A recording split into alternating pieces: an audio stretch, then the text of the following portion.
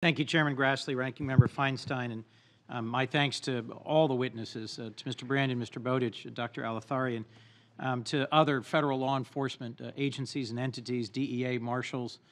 My hometown of Wilmington, Delaware, has suffered through an epidemic of gun violence, and we are grateful for the assistance we've gotten from federal law enforcement as we try and work federal, state, local to really tackle gun violence in my hometown.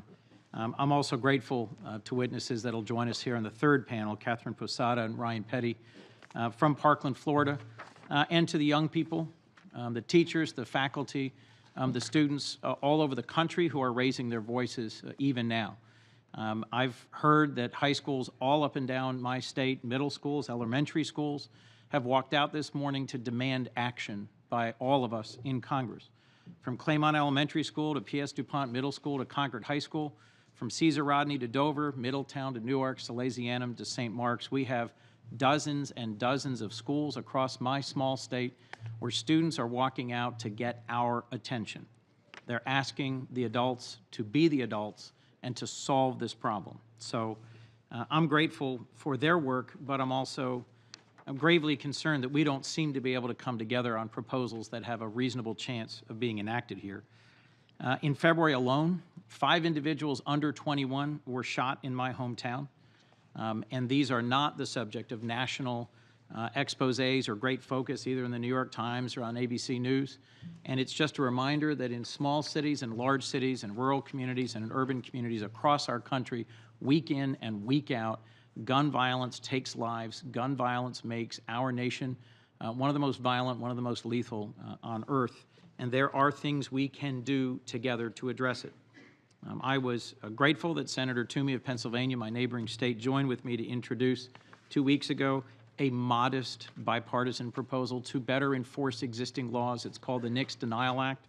It simply says that when someone who is a person prohibited goes in to a federally licensed firearm dealer and lies on their form, tries to buy a gun, and are denied that opportunity, that should be reported to state and local law enforcement so they can take appropriate action. Mr. Brandon or Mr. Bowditch, can I just start by asking, it is a crime to try and buy a firearm if you're a person prohibited, if you're a convicted felon, adjudicated mentally ill, convicted of domestic violence. That's a crime, isn't it? Senator, yes, it is. We refer to it as lie and try. Mr. Bowditch. Yes, sir, it is. And the Attorney General just came out with guidance where he is directing more efforts towards lie and buy efforts. And if someone goes in and tries legally to buy a gun that they are denied the chance to get, isn't that a great predictor that they're about to go try and get a gun another way, whether through a straw purchaser, through theft, through some other illegal means?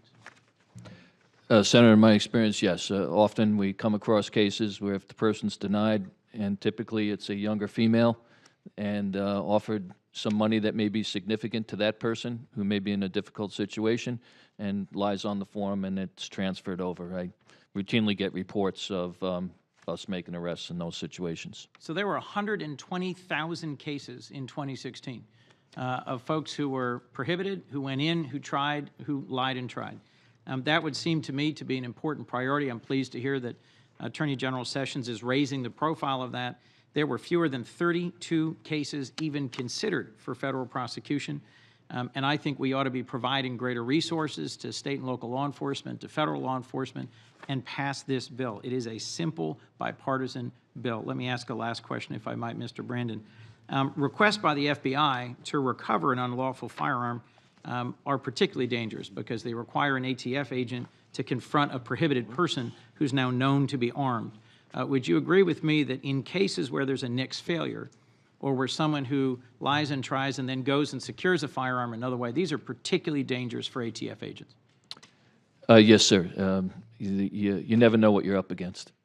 Well, I'll just say this in conclusion. It seems to me that the voices of students from across my state, from Parkland, and from all over our country are asking us to find responsible ways to work together. Virtually every one of my colleagues who I've been with today have introduced bills that would tackle this problem from a wide range of areas. This strikes me as one of a dozen, whether it's banning bump stocks, whether it's limiting magazines, or whether it's making sure that the NICS system and background checks are made universal and effective. We should be doing this in the interests of our communities, our families, and our children. Thank you. We